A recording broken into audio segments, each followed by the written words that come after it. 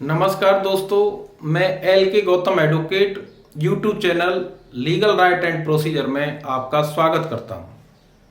आज की चर्चा का विषय है धारा 156(3) दंड प्रक्रिया संहिता क्या है।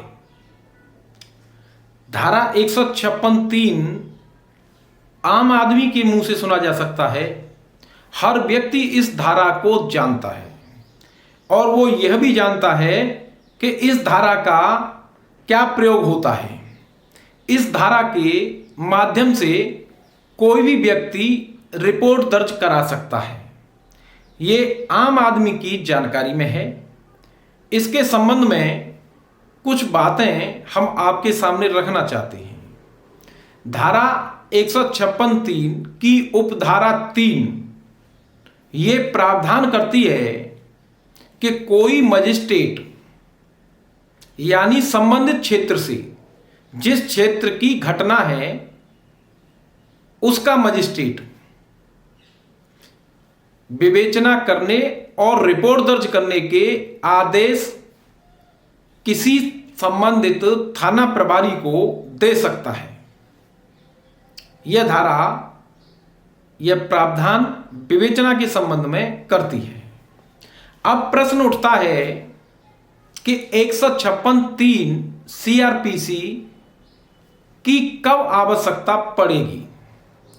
156(3) सीआरपीसी की आवश्यकता जब पड़ती है जब पुलिस द्वारा किसी व्यक्ति की रिपोर्ट थाने पर दर्ज नहीं की जाती है। आम आदमी के पास यह व्यवस्था है कि वह थानेदार द्वारा रिपोर्ट दर्ज न करने से पीड़ित है, तब वह अपनी तहरीर यानी घटना को लिख करके डाक के माध्यम से संबंधित जिले के पुलिस अधीक्षक को भेज सकता है। उसकी रसीद और वो एप्लीकेशन अपने पास रखें। पुलिस अधीक्षक द्वारा उस मामले में रिपोर्ट दर्ज कर देनी चाहिए या अपने अधीनस्थ किसी अधिकारी से रिपोर्ट दर्ज कर विवेचना करानी चाहिए। ऐसा कानून में नियम है, लेकिन आमतौर पर यह अधिकतर मामलों में होता नहीं है। किसी व्यक्ति द्वारा डाक से भेजी गई या मिलकर कोई सूचना दी जाती है, अधिकतर मामलों में पुलिस द्वारा कार्रवाई नहीं की जाती है। तब आवश्यकता पड़ती है कि 156(3) सीआरपीसी के अंतर्गत वो व्यक्ति जो थानेदार से एसएचओ से पीड़ित है अपनी रसीद जो डाक द्वारा भेजी गई थी वो और जो एप्लीकेशन एसपी को भेजी गई थी वो एप्लीकेशन लेकर एक एप्लीकेशन बनाए और संबंधित मजिस्ट्रेट को दे कि मेरे साथ ये घटनाक्रम हुआ है, पुलिस द्वारा कार्रवाई नहीं की गई, मैं पुलिस द्वारा किए गए कार्य से पीड़ित हूं, व्यथित हूं, मेरा मामला संज्ञेय है और इसमें रिपोर्ट दर्ज की जानी चाहिए। 156(3) के अंतर्गत जब कोई व्यक्ति न्यायालय में प्रार्थना पत्र देता है तब संबंधित मजिस्ट्रेट उस प्रार्थना पत्र पर विचार करता है और यह देखता है कि मामला पूरे तथ्यों से संज्ञेय प्रतीत होता है, तब वह संबंधित थाने को रिपोर्ट दर्ज करके विवेचना करने का आदेश दे सकता है।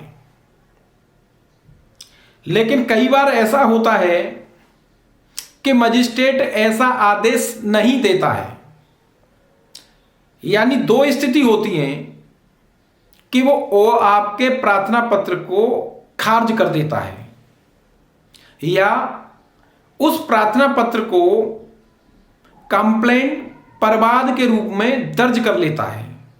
दोनों की प्रक्रिया अलग अलग है।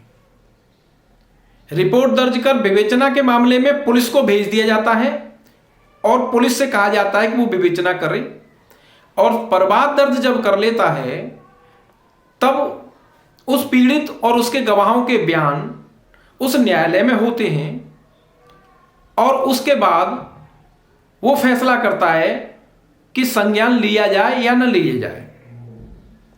इधर पुलिस विवेचना करती है और आरोप पत्र दाखिल करती है, तब न्यायालय देखता है कि संज्ञान लिया जाए या न लिया जाए।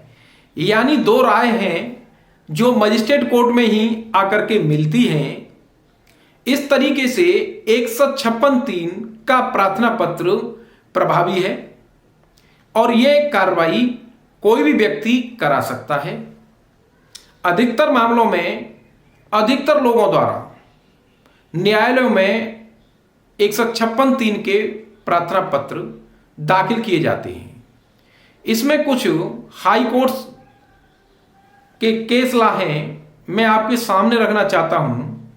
अरुण कुमार सिंह उर्फ पप्पू सिंह बनाम उत्तर प्रदेश राज्य 2016 97 ACC पेज नंबर 173 के मामले में यह कहा गया कि पीड़ित जब 156(3) में कोई आवेदन न्यायालय के समक्ष दाखिल करता है, तब वो जिस व्यक्ति के खिलाफ दाखिल कर रहा है, यानी संभावित अभियुक्त, प्रस्तावित अभियुक्त, उस व्यक्ति को यह अधिकार नहीं है कि वो उस मामले का कोई विरोध कर सके या उसमें कुछ बोल सके।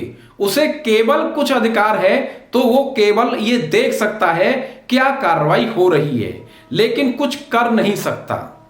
इसके अलावा दूसरी केस ला है शालिनी सहाय बनाम उत्तर प्रदेश राज्य 2020 113 ACC।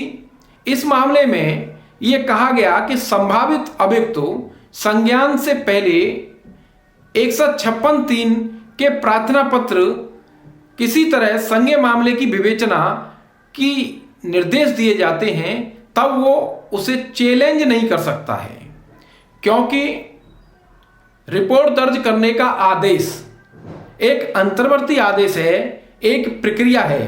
कोई भी अभियुक्त इस आदेश को रिवीजन में या अन्यथा चैलेंज नहीं कर सकता है।